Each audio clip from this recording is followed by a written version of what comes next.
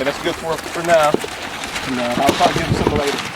So, how long have you been a black rancher here in Texas? I guess since I bought this place back in 1993 and built the house, going on 30 years. 30 years, that's some time. Are there many black ranchers here?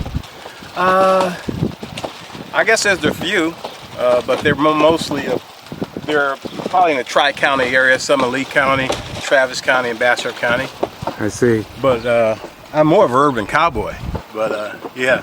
So what's your name? My name is Brent Wesley Amos. Everybody calls me Wes. Everybody calls you Wes. I call you Amos though. Oh yeah.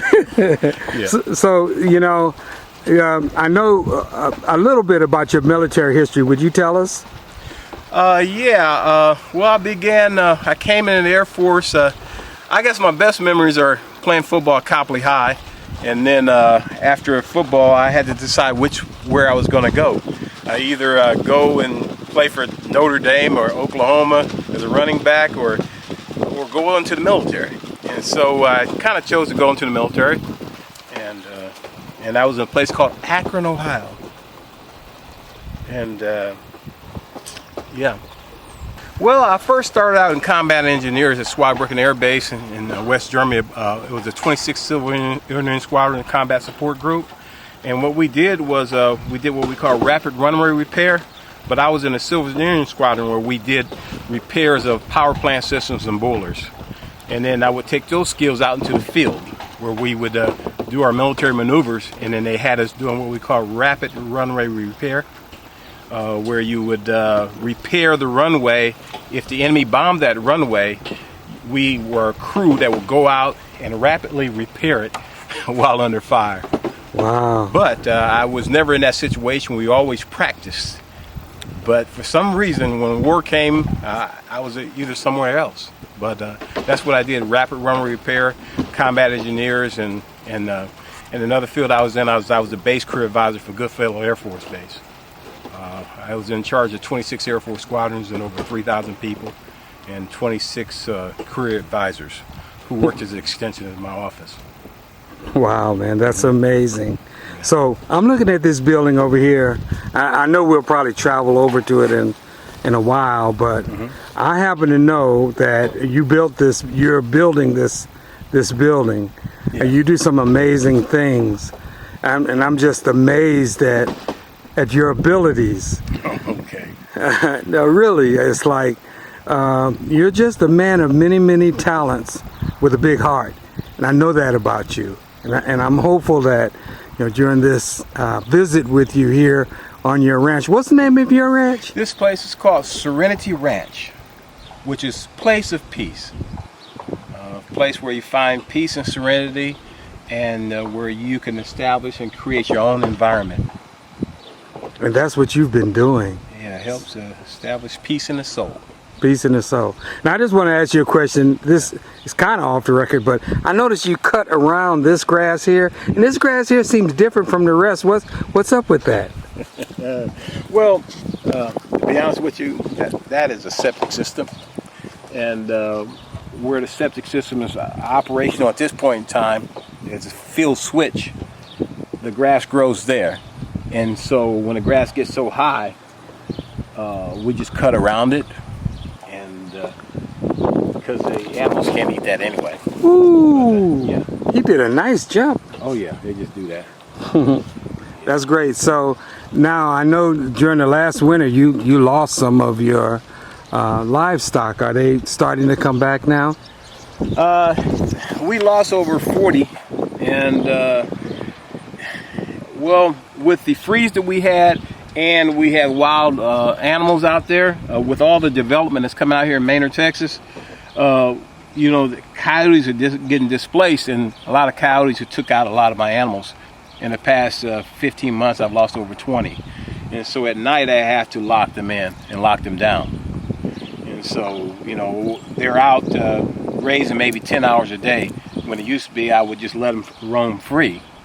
But because of these coyotes, they eat the animals, I had to lock them up every night. Well, you know, thank you for inviting us out to your ranch and getting a chance to meet you. And you know, we're going to talk much more, but I just want to say that because I know that you can be a very private person. And so, folks, you're getting an opportunity to have a quality visit with the man, my brother, that I call Amos. Thank you. Looks like looks like we got a little bit of heat going around here, but it's getting better. So I was born in Akron, Ohio, back in 1961. It was a time, I guess, when my mom and dad they had to come together in the 40s and 50s, and they had me and my brothers. They had 7 brothers and sisters, and so I kind of recall some of the 60s, and of course a lot of the 70s. When I got about 16, 15, that's when I started playing football. My big time for me in Ohio playing football was at Copley High. I was a running back, and I had made some accomplishments at that time, and a lot of colleges were looking at me. And at that time, my mom and my dad, they always supported me, and but I was unsure if I was going to go to college or go into the military. So one day I went and saw a recruiter, and I signed up to go into the Air Force. And of course I didn't want to do it. I was at that time period, I was 18 years old, and you know, I was just like filling my oats, and I told my dad, I said, Dad, you know, you signed me up, I'm in the sign up for the Air Force. I don't think I want to go because I want to stay home because I got my nice new car, and I like all these girls, and I don't want to go in the Air Force. I just want to stay right here. My dad looked at me, he says, boy, you're going to get your ass out of here. You're going to do something because you ain't going to stay here. And so that was 1980. So in 1980, I played the Ohio All-Star game, and I did really good. But my dad said I was going to go in the Air Force or going to get the hell out of here because you ain't going to stay here. You know, ain't going to be no girl chasing. So I went ahead and joined the Air Force. They sent me over to Europe. Of course, I played football there again. I was running back for the Zweibrücken Warriors. And we went to the championship, and I was their running back. But it was for a short period in Europe, and Europe was wonderful. It was a great experience for me. I was a young man from Ohio, just trying to find my way. And so it was a great experience. You know, one of the reasons why I want to talk to you is because here in this urban community, and in Elgin is not that far away, you have stood up for the rights of others, especially people of color, when they were being not treated fair in these communities. I know a little bit about Elgin, but would you talk to us about what happened in Elgin and what your remedy for it was? Yes, well, back in the year 2000, of course, I had went to an early retirement in an old career field as a federal officer. And so I was buying investment properties, and I decided to buy some investment properties in a place called Elgin. Where we're at right now is Maynard. We live in Maynard, Texas, but my investment properties are in Elgin. But when I bought this property in Elgin, it was in a part of Elgin that was segregated. They referred to this part of town as Nigger Town. It's a terrible word. It's not my kind of word, but that's what they called it. And so when the leaders of the community sold me that property, they just happened to be white. They told me, you'll never get sewer and water in that area, but we're going to sell you all this land, Amos. And they sold me like 12 lots, but you're not going to get water and sewer. So I started doing some research, and I found out that the state of Texas requires them to provide sewer and water services. So I started pursuing legal means to gain access to water and sewer service, but I had to go around and upon myself just start interviewing people in the area to find out what was their situation. Did they have sewer and water? And of course, a lot of the minorities, black and brown, they had no sewer and water. There was sewage and waste. People had no way to dispose of human waste.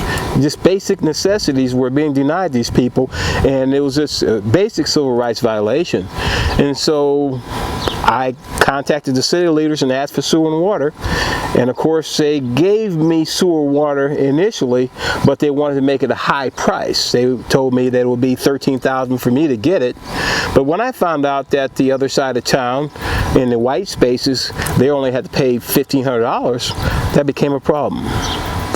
So I took legal action and started speaking in local churches, getting petitions, drives going, and bringing people together. Sometimes I talked to all whites and I talked to all blacks, but I would talk about situations where we all had common ground. Now, I want to make something clear. It sounded like you said that normally they wanted to charge you $1,300 or $13,000. $13,000. And other people were getting it for $1,500? Yes, the whites were getting for $1,500 on the west side of town. All new developments, and of course I let them go ahead and send those offers off to me. But when I did my legal research, I discovered that they were making a discriminatory pricing. And of course, I reported that to the Texas Commission on Environmental Quality, and we began an administrative lawsuit. Eventually, after bringing people together and doing an administrative lawsuit, the city of Elgin was required to give everyone sewer and water. Now, it was a very detailed process.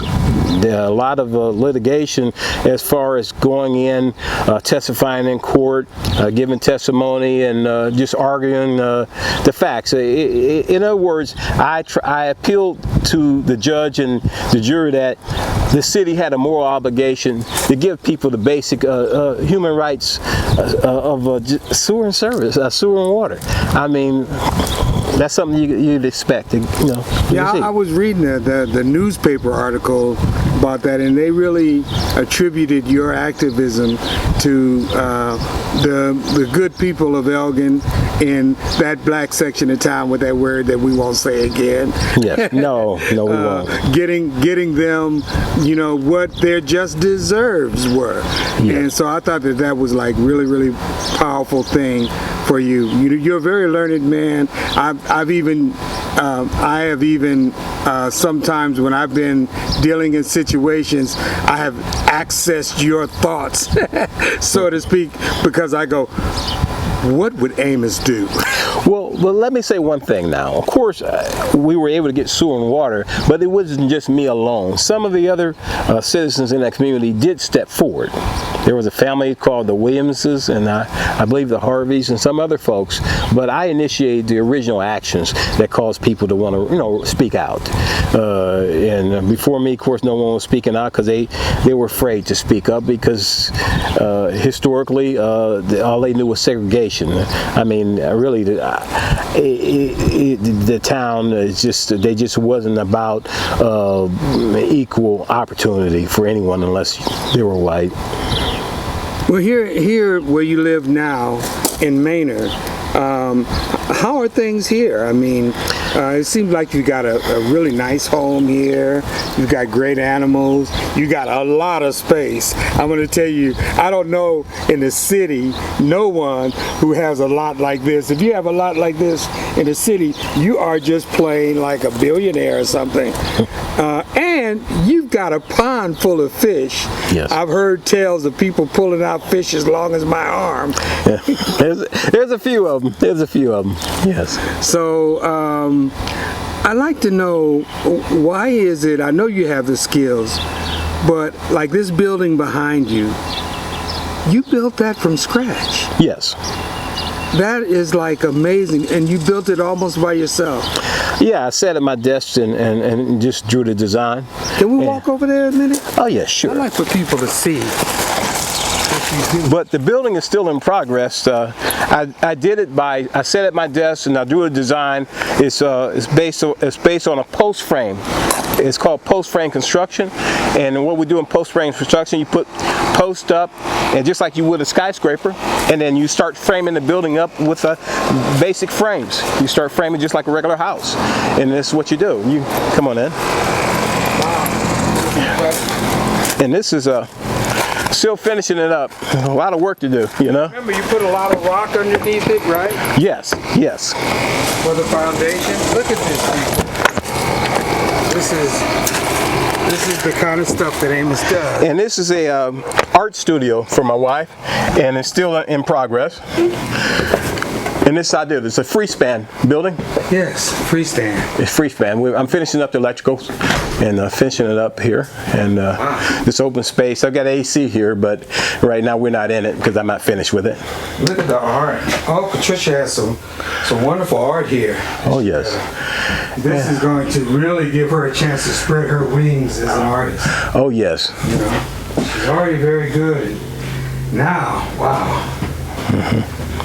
This is great. This is fantastic. Thank you for sharing.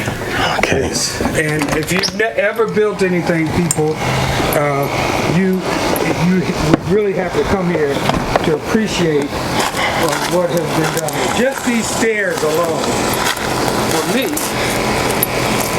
are a miracle. How long would it take me to build those stairs, Amos? Oh, it wouldn't take you long. You know, once you learn how to do it, you'll be able to do it over and over again. Because I would come and get you. Oh yeah. Well, you know I'm gonna be there, right? Yeah, that's cool. I can tell you some more. This is fantastic. And so tell me a little bit more about when you moved here. I moved here in 1993 here at this ranch here, but when I moved here or decided to buy this land, it was on a Saturday morning in September of 1993, and I was driving along Highway 290, and at that time it was a completely rural area. There was nothing out here. And as I was driving down this road here, Volker Lane, I looked and thought the area was beautiful, but there was no signs for sale. But I kept thinking, hey, something's got to be for sale around here. And as I was thinking that, I saw a sign saying for sale. It was right out front there. And as I saw the for sale sign, I actually visualized where my house would be if I was able to get that land. And so I wrote the number down, or the for sale sign, called the owner, and I met the guy. His name was Tom Smith. Tom Smith of Pierce Smith and Aiken. When I met Tom Smith, he was a multi-millionaire, and at the same time he was selling a little piece of land, but not all of it. And after I communicated with him a while, we were able to come up with a plan to start a subdivision, and he sold me 10 acres off of Highway 290 and all this land, and that's how it got started. Yeah, that property that's off of 290, I understand, it just grows in value in leaps and bounds. Yeah.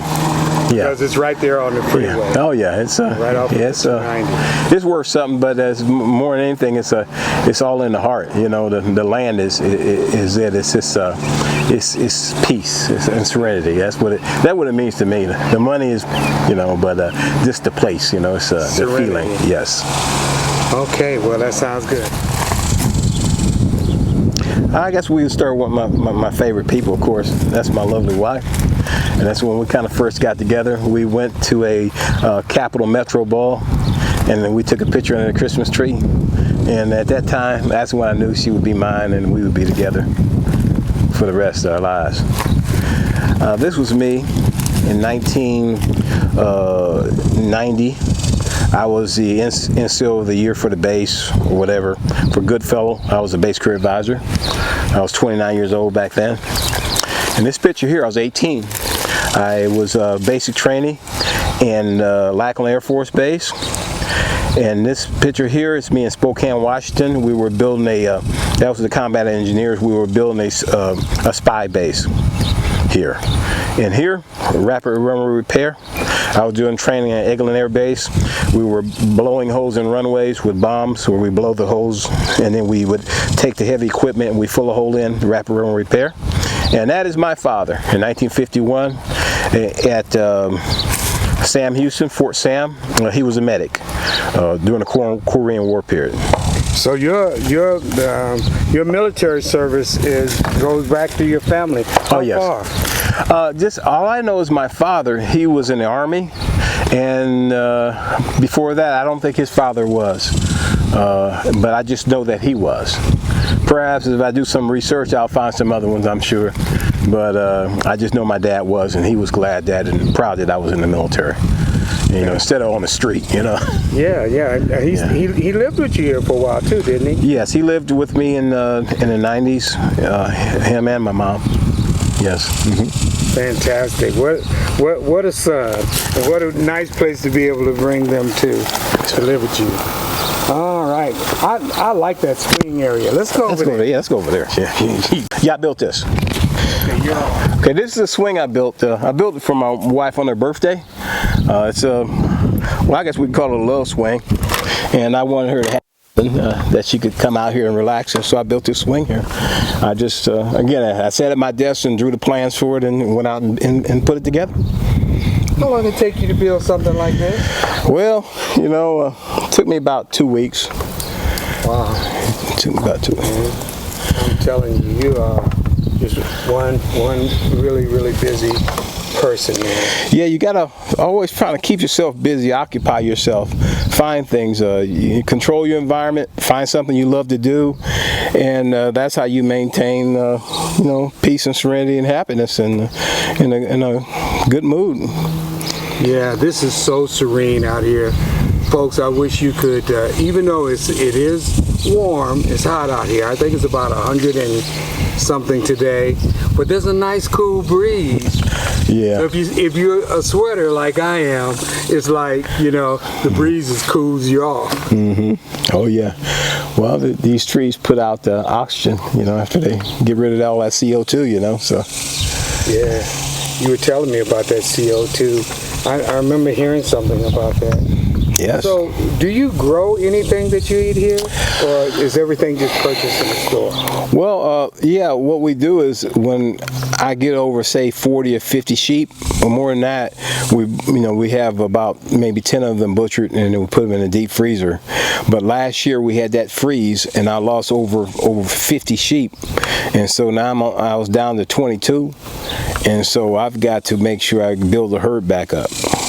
Otherwise, you know, you use all your sheep up, you got nothing to eat all that grass, you know. You gotta, in order to maintain a ranch or have an ag, you gotta have enough animals, you know. And so what is an ag? Explain that to us. Ag exemption is where you're producing animals for the purpose of either supplying food for yourself, your family, or retail, or you sell them at auction. And so you get what do you get for that? You get a tax break or something? Yeah, you get a tax break. But to me, the greatest break is to be able to have your own meat and your own food supply, and you're getting clean, nice organic food, and that keeps you real healthy. It does, especially since you know what's been sprayed on your grass. Oh yeah, which is nothing. Yeah. Yeah, that's so cool. My grandmother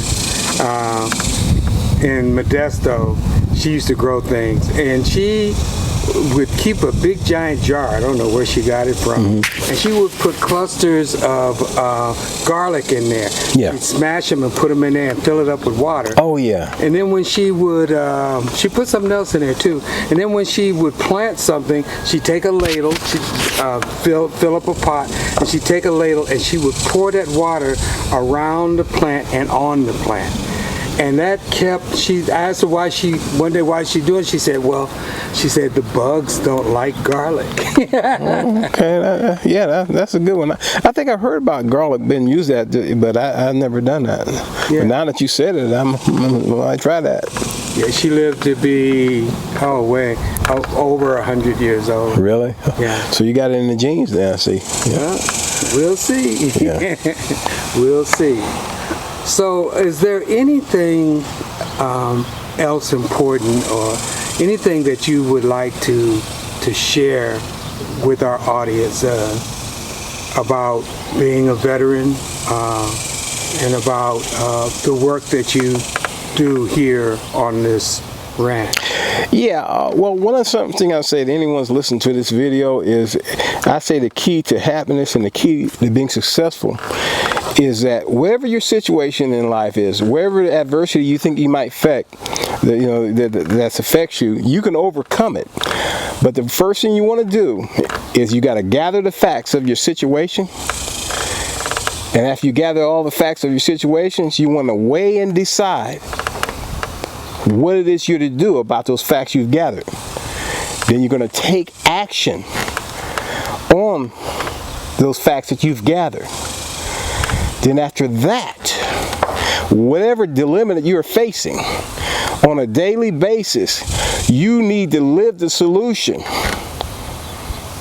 that you come to in order to resolve that situation that you were able to figure out by gathering the facts. You got to live it by step every day. In other words, I call it, you do 10 things to the good every day. Make a list of 10 things you got to do every day. And if you can do that, and say, for example, you got 365 days in a year, that's 3,650 things that you're doing to overcome the adversity that you've written down by gathering the facts, weighing, deciding, taking action. That's how you resolve bad situations. It could be marriage, it could be religion, it could be family, it could be depression, PTSD, whatever it is. You got to sit there and decide and accept that this situation exists, and here's my plan of action. But without a plan of action, you get nothing done. Just talk. Speaking of PTSD, do you suffer with PTSD? Well, I call it to a certain extent, but when you start defining something and then you start living that, then you start defining something, then you create a narrative of being that definition, that narrative. So what you have to do is you have to protect your environment, create your own environment so that the outcome that you want, which is not sad, not to be depressed, not to be unhappy. And so every day you have to choose to find things that's going to make you happy, to make you feel good about yourself and your life. You can't just say, I got PTSD and I'm depressed and I'm going to kill myself. No, you got to say, I'm going to do something today that I didn't do yesterday, and it's going to make me feel even better than I did yesterday and the day moving forward. You always got to find something that you want to do that's going to make you happy. You have to live for yourself and make things right for yourself right first, where you can reach out to others. You got to be right. Make yourself right best you can.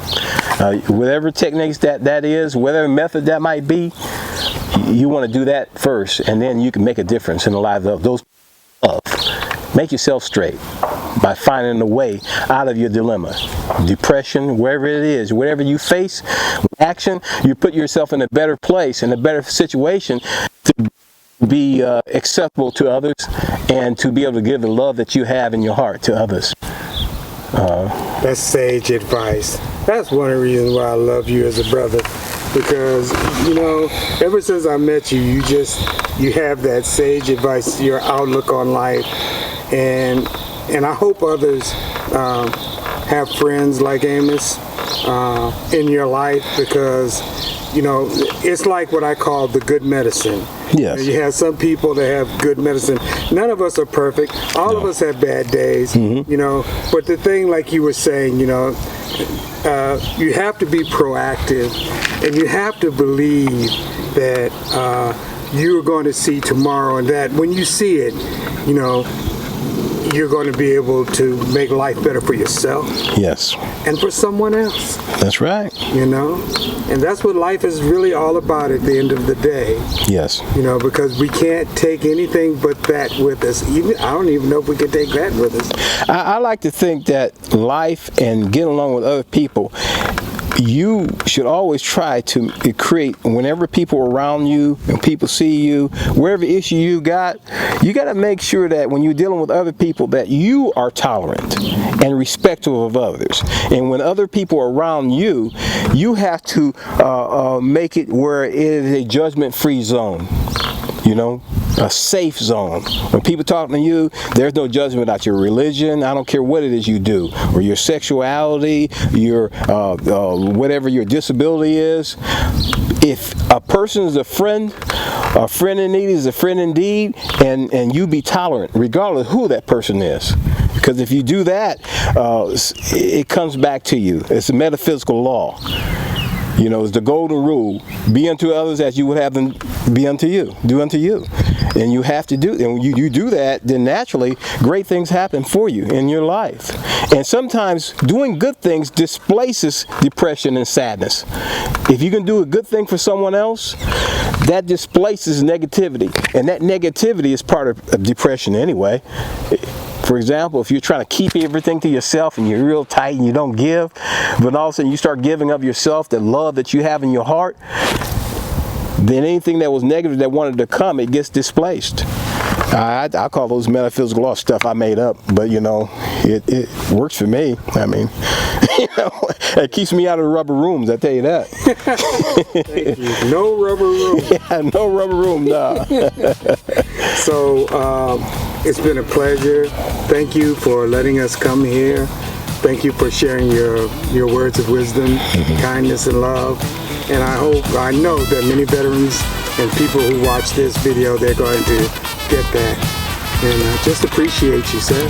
Yeah, like I said, whoever's out there listening to this, just make sure that you be and do right by yourself, be you, and be the best you can be. And always be willing to gather the facts of your situation, weigh and decide, and take action. And then you can make a difference in your life and the lives of others.